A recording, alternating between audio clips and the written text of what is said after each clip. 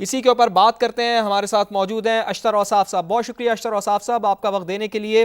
آپ کیا چل رہا تھا سر یہ سابقہ دور میں اتنی کرپشن کی گئی, پاکستان کو نقصان پہنچایا گیا, عجب کرپشن کی غضب کہانی سامنے آئی ہے, کیا کہیں گے آپ اس کے اوپر؟ صاحب بات یہ ہے کہ یہ باتیں تو کئی برس سے ہم سن رہے ہیں کہ ہر دور حکومت میں اسی حکومت کی جو چلی جاتی ہے یا ہوتی ہے اس کی کرپشن کی باتیں ہوتی ہیں. بات تو شواہد کے ہیں, اور اگر شواہد موجود ہیں, اور چونکہ آپ نے سارا جو ذکر کیا وہ کاغذات کے اوپر ہے, وہ چیزیں ہیں جو ایس سی سی پی میں ہیں, جو ڈکلیئرڈ ان کے اثاثے ہیں, اس میں جو بڑھوتی ہے یعنی وہ جس طریقے سے وہ بڑھے ہیں, ظاہر ہے اس کا ان کو تمام حساب دینا پڑے گا. اور یاد رکھیے ایک کہاوت ہے, a man is known by the company he keeps. تو جن حالات میں, جن واقعات میں, جن لوگوں کے ساتھ ان کا اٹھنا بیٹھنا تھا اور جہاں سے ان کو وہ انکریجمنٹ تھی, یہ سب کی سب باتیں جو ہیں یہ اس چیز کی غمازی کرتی ہیں کہ جو باتیں کی جا رہی تھیں کرپشن کو روکنے کی اور انصاف دینے کی, کام تو اس کے بالکل برعکس تھا. اور اس کے اندر آپ ایک اور چیز, بڑی ہی چیز دیکھیں گے آپ, اور یہ سب کڑیاں ملتی چلی جائیں گی آپ کو جب آپ دیکھیں گے کہ القادر ٹرسٹ جو ہے اس کو فارم کیا گیا.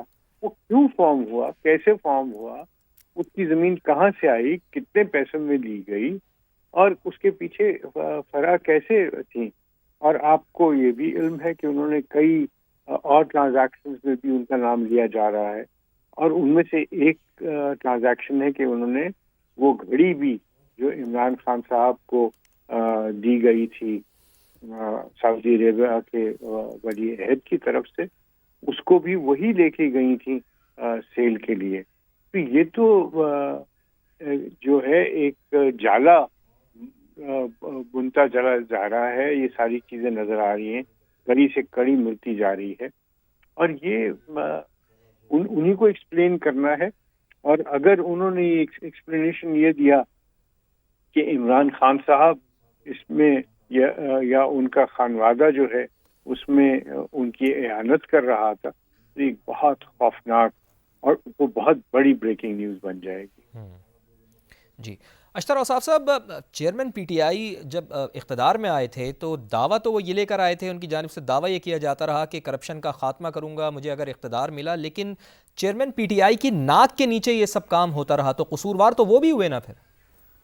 اب دیکھنا یہ ہے کہ ناک کے نیچے تھا یا ان کی ایکٹیو اعانت بھی اس میں تھی. جب گھڑی آپ کسی کو دیں کہ جی اس کو جا کے بیچ دو, تو وہ ناک کے نیچے تو نہ ہوا, وہ تو اعانت ہو گئی. اگر آپ ایک بہت بڑا ٹریک آف لینڈ لیتے ہیں تو وہ ناک کے نیچے تو نہ ہوا, تو ان کے اپنے ٹرسٹ کے نام وہ لینڈ آیا.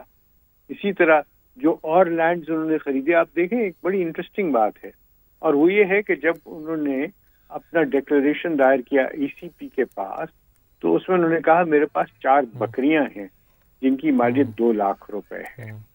جب آپ اتنی مائنیوٹ طریقے سے یہ باتیں بتاتے ہیں اور دعویٰ کرتے ہیں کہ میں نے دیکھے 4 بکریاں تک اپنی جو ہے ڈکلیئر کر دی, اور آپ ڈکلیئر نہیں کرتے وہ پیسے جن کے ذریعے آپ نے وہ گھڑی کو پہلے خریدا, صحیح, اور وہ پیسے جن کے ذریعے گھڑی بیچنے کے بعد آپ نے لیے, تو یہ ناک کے نیچے تو نہیں ہے.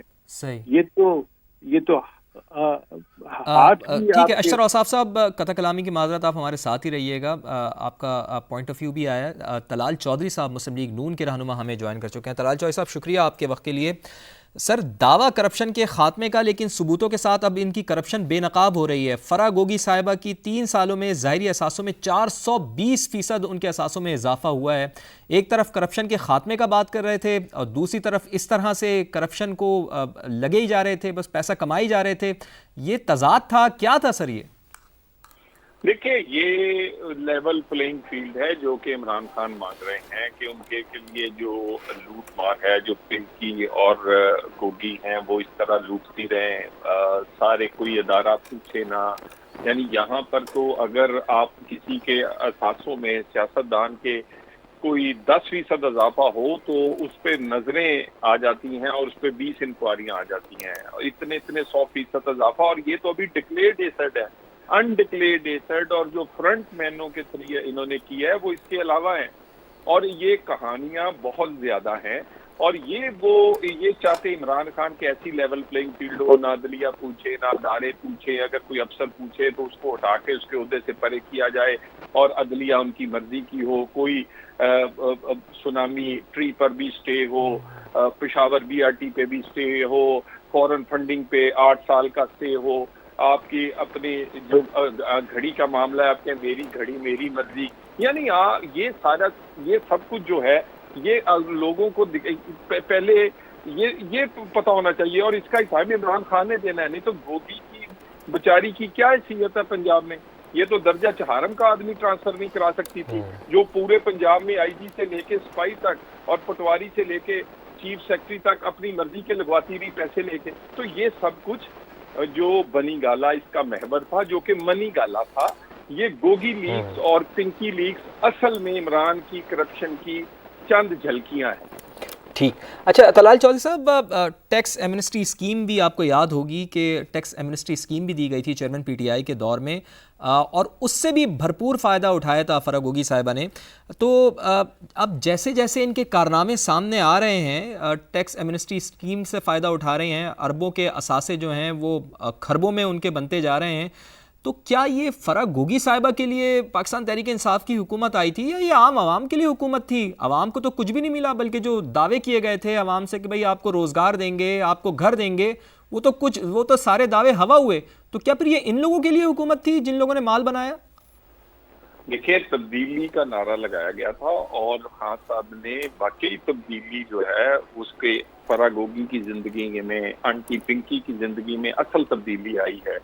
یعنی وہ جن کو پاس پہلے عام انگوٹھی نہیں ہوتی تھی، وہ ہیرے کی انگوٹھی پہنتی تھی، اور یہ لوگ جن کا کوئی وہاں سپاہی کہنا نہیں مانتا تھا، ان کے پیچھے پیچھے آئی جی ان کی مرضی سے لگتے تھے، یہ اس کا سودا کرتی تھی.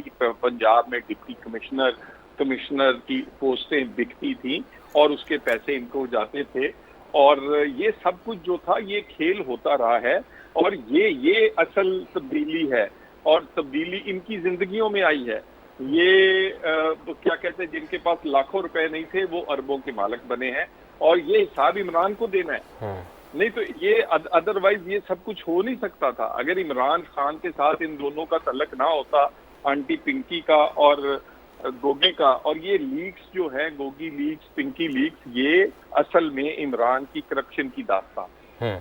اور ہم نے یہ دیکھا کہ جیسے ہی عمران خان صاحب کی حکومت ختم ہوتی ہے تو اس بھیانک واردات کے جو یہ مرکزی کردار ہیں، فرح گوگی صاحبہ ہو گئیں، یہ ملک سے فرار ہو جاتی ہیں. تو کیا آپ سمجھتے ہیں کہ ان کو ایک باقاعدہ سوچے سمجھے منصوبے کے تحت یہاں سے ملک سے فرار کروایا گیا، کہ اب ان کے پیچھے لگے رہیں، ان کو بلاتے رہیں، لیکن وہ اب ملک میں آنے کے لیے تیار نہیں ہیں؟ ایسا کیوں ہوتا ہے طلال چوئی صاحب؟ اس میں تو یہ یقینی بات ہے نا، اس میں تو کوئی دو رائے نہیں ہے. یہ وہ ان کو اس کے بعد عمران خان ان کے حق میں پریس کانفرنسیں کرتے رہے ہیں. جی ہاں. کہ وہ بیچاری گھریلو عورت، وہ بیچاری نے کیا کیا ہے، اس نے تو ڈپٹی کمشنر اور کمشنر کی پوسٹوں کی نیلامی کی ہے نا، یہ کون سا کوئی قصور ہے؟ اور اگر اس نے 2 4 10 پلاٹ کسی رشوت میں لیے ہیں تو اس سے کیا فرق پڑتا ہے؟ اور لاہور کے گلی محلے ان دو دوستوں کی، گوگی اور پنکی کی جو داستانیں ہیں، وہ سارے لاہور کے لوگ جانتے ہیں. وہ میں بتاؤں کہ مجھے زیب نہیں دے. ٹھیک. اچھا طلال چوئی صاحب ساتھ ہی رہیے گا. اشتر اوصاف صاحب سے بھی ذرا میں لیگل اوپینین لینا چاہوں گا. اشتر اوصاف صاحب، اب ان کو، اب چونکہ یہ تو باہر چلی گئی ہیں، جب اتنے کرپشن کے ثبوت ان کے سامنے آ رہے ہیں، ان کی کرپشن بے نقاب ہو رہی ہے، تو ان کو واپس کیسے لایا جا سکتا ہے، حساب کیسے لیا جا سکتا ہے ان سے؟ جی کچھ ملکوں کے ساتھ تو ہماری ایکسٹریڈیشن وغیرہ کا سارا سلسلہ ہے. مثلاً اگر وہ دبئی میں ہے تو وہاں سے ان کو لایا جا سکتا ہے. انگلینڈ کے ساتھ ہمارا ایکسٹریڈیشن کا معاہدہ نہیں ہے، لیکن امریکہ کے ساتھ ہے.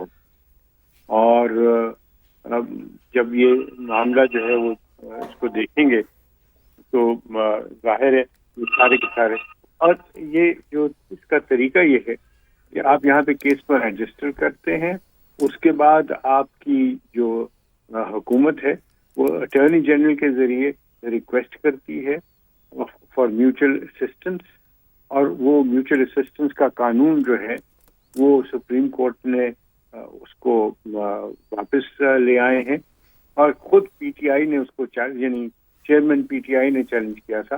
اب اگر وہ نیب کا قانون میں جو میوچل اسسٹنس کی باتیں تھیں جس میں اس قانون کو اسٹریم لائن کیا گیا تھا، وہ واپس آ گیا ہے، اور اس کا نقصان انہی کو ہوگا، اور یہ سارے معاملات جو ہیں یہ بڑے احسن طریقے سے یہ کیے جا سکیں گے، کیونکہ پوری دنیا میں ایک عالمی قسم کی مہم چل رہی ہے کرپشن اور کرپٹ پریکٹسز کے خلاف۔